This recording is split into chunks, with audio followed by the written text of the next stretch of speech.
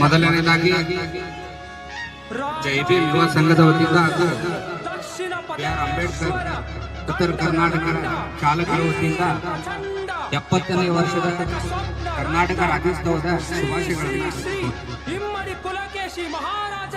ಈ ಕನ್ನಡದ ಉಳಿವಿಗಾಗಿ ಜೀವ ಇರುವವರೆಗೂ ಹೋರಾಡ್ತಾ ರಾಜರ ಬಗ್ಗೆ ಹಾಗೂ ನಮ್ಮ ವೀರ ರಾಣಿಯರ ಬಗ್ಗೆ ಈ ಸಂದರ್ಭದೊಳಗೆ ಮಾತಾಡಲಿಲ್ಲ ಅಂತಂದ್ರೆ ಆ ತಾಯಿ ಭುವನೇಶ್ವರಿ ತಾಯಿ ನಮ್ಮನ್ನ ಕ್ಷಮಿಸೋದಿಲ್ಲ. ಯಾಕಂತಂದ್ರೆ ಅವರಿಂದ ಇವತ್ತು ಕನ್ನಡ ಉಳಿದೈತಿ ಬೆಳೆದೈತಿ. ದೇಶದೊಳಗ ಇವತ್ತು ಕನ್ನಡಕ್ಕೆ ಅಷ್ಟು ಗೌರವ ಸಿಗಂತಂದ್ರೆ ನಮ್ಮ ರಾಜ ಏನ ಹೋರಾಟ ಮಾಡ್ಯಾರ ನೋಡ. ಆದ ಕಾರಣ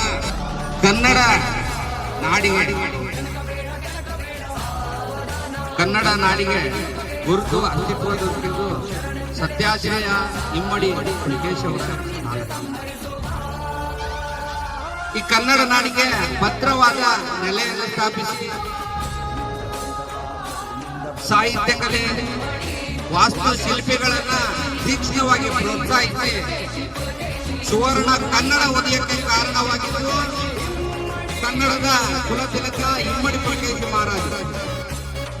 ನಮ್ಮ ಬೇರೆ ರಾಜ್ಯದ ಬಗ್ಗೆ ನಮ್ಗೆ ಗೌರವ ಇರಬೇಕು. ಯಾಕಂದ್ರೆ ನಮ್ಮ ದೇಶದ ಬಗ್ಗೆ ಹೋರಾಡಿದಾಗ ಅವ್ರ ಮೇಲೆ ನಮ್ಗೆ ಗೌರವ ಇರಬೇಕು. ಆದ್ರೆ ನಮ್ಮ ರಾಜ್ಯಗಳ ಬಗ್ಗೆ ನಾವು ಅಗ್ರವಾಗಿ ತಿಳಿಬಾರ್ದು. ಯಾಕಂದ್ರೆ ಅವ್ರ ಪರಾಕ್ರಮಕ್ಕೆ ಏನು ಕಮ್ಮಿ ಇದ್ದಿಲ್ಲ. ರಾಜಾಜ್ಞೆಗಳು ರಾಜ ಮುದ್ರೆಗಳು ಕನ್ನಡದಲ್ಲೇ ಇರ್ತಿದ್ವು. ಚಾಲುಕ್ಯ ಸಾಮ್ರಾಟರ ರಾಜಾಜ್ಞೆಗಳು ರಾಜಮುದ್ರೆಗಳು ಕನ್ನಡದಲ್ಲೇ ಇರ್ತಿದ್ವು. ಚಾಲುಕ್ಯರ ರಾಜ್ಯ ಲಾಂಛನವಾದಂತ ವರಹಸ್ವಾಮಿ ಚಿತ್ರವನ್ನ ಹಾಗೂ ಕನ್ನಡದ ಅಕ್ಷರಗಳನ್ನ ಮುದ್ರಿಸಿ ನಾಣ್ಯದೊಳಗೆ ಕನ್ನಡ ಅಕ್ಷರಗಳನ್ನು ಬಳಸಿ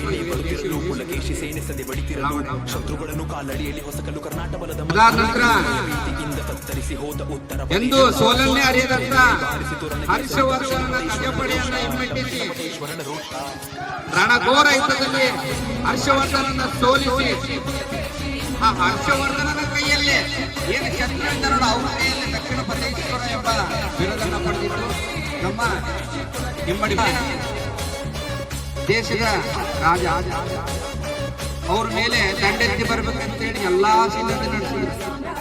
ಆ ಹರಬಿಯರನ್ನ ಒಂದೆಚ್ಚೆ ಕೂಡ ಈ ಭರತ ಖಂಡದಲ್ಲಿ ಇರದ ಹಾಗೆ ಮಾಡಿದ್ದು ಹಿಂದೂ ಹೃದಯ ಸಾಮ್ರಾಟ್ ಇಮ್ಮಡಿ ಪುಲಿಕೇಶಿ ಮಹಾರಾಜ. ಇವರ ವೀರ ಪರಾಕ್ರಮದ ನೋಡಿದಂತ ಪರ್ಷಿಯಾ ದೇಶದ ರಾಜ ಖುಸ್ರು ಸಹ ಇವ್ರ ಕಡೆ ಸ್ನೇಹವನ್ನು ಸಂಪಾದನೆ ಮಾಡಿದ್ರು. ಆ ಖುಸ್ರು ಏನ ಆ ದೇಶ ಇತ್ತು ಪರ್ಷಿಯಾ ದೇಶದೊಳಗೂ ಸಹ ಈ ನಮ್ಮ ಕರ್ನಾಟಕ ಧ್ವಜವನ್ನು ಸ್ಥಾಪನೆ ಮಾಡಿದ್ರು. ಭರತ ಖಂಡದ ಅಧಿಪತಿ ಅಲ್ಲವರು ನಮ್ಮ ವಿಶ್ವದ ಅಧಿಪತಿ ಇಮ್ಮಡಿ ಪುಲಿಕೇಶಿ ಮಹಾರಾಜ. ಇವರಿಗೆ ಎಂತ ಸಂದರ್ಭದೊಳಗೆ ದಂಡೆತ್ತಿ ಬರ್ತಾರೆ ಅಂತಂದ್ರೆ ಪಲ್ಲವರ ರಾಜ ನರಸಿಂಹವರ್ಮ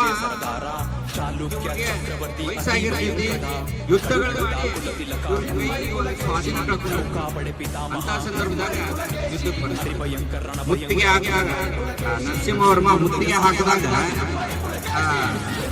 ಅವರು ಮುತ್ತಿಗೆ ಹಾಕಿದ ವಿಷಯ ಕಟ್ಟಡವನ್ನು ಹಿಡಿದು ಜೈ ಕನ್ನಡಾಂಬೆ ಎಂಬ ಘೋಷಣೆಯನ್ನು ಕೂಗ್ತಾ ಶತ್ರುಗಳ ಎದೆಯನ್ನು ನಡಿಗಿಸಿ ಪ್ರಾಣವನ್ನು ಮಾಡಿದರು. ಕನ್ನಡದ ಜ್ಯೋತಿ ಇಮ್ಮಡಿ ಪುಲಿಕೇಶಿ. ಅದೇ ರೀತಿಯಾಗಿ